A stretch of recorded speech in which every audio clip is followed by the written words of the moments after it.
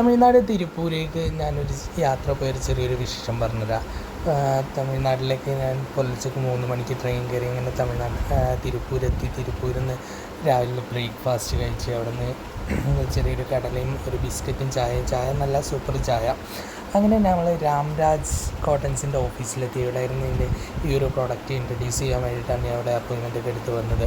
അപ്പോൾ ഇവിടുത്തെ ഓഫീസസൊക്കെ കണ്ട് ഞാനൊരു ചെറിയ മീറ്റിങ്ങൊക്കെ കൂടി ഒരു ചെറിയ ഡീലിങ്സൊക്കെ ചെയ്ത് അവിടെ നിന്ന് ഇറങ്ങി നേരെ കോയമ്പത്തൂരേക്ക് ട്രെയിൻ കയറി. കോയമ്പത്തൂരിൽ നിന്ന് ഫുഡ് കഴിച്ച് ലഞ്ച് കഴിച്ച് അവിടെ നിന്നാണെങ്കിൽ അത്യാവശ്യം കുഴപ്പമില്ലാത്ത നല്ലൊരു വർത്തായിട്ടുള്ള ഒരു ലഞ്ച് കിട്ടി. ഏകദേശം 145 റുപ്പീസാണ് ഈ ലഞ്ചിന്. പപ്പടമൊക്കെ ഉണ്ട്, ഏകദേശം ചപ്പാത്തി പോലെ ഇരിക്കുന്ന പപ്പടം. അങ്ങനെ അവിടെ നിന്ന് ലഞ്ച് കഴിച്ച് തിരിച്ചിറങ്ങി കോയമ്പത്തൂർ ലുലുവിലൊക്കെ കയറി. നമ്മൾ ചെറിയ പിന്നീട് കോയമ്പത്തൂരുള്ള ഈ ഒരു മാർക്കറ്റിലേക്ക് കയറിയിട്ടോ.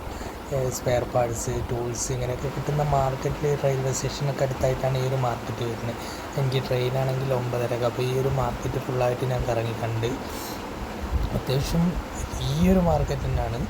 പിന്നെ അവിടെ നിന്ന് നേരെ ഒരു പാർക്കിൽ പോയി അവിടെ കുറച്ച് നേരം ഇരുന്ന് അങ്ങനെ പാർക്കിലേക്ക് പോകുന്ന വഴി കൈ നോക്കുന്ന ആൾക്കാരൊക്കെ ഉണ്ട്.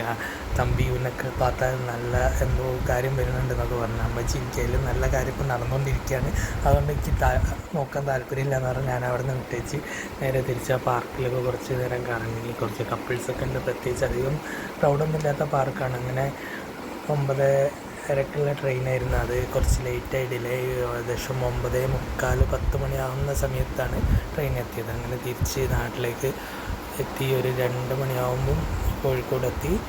അങ്ങനെ ഈ ഒരു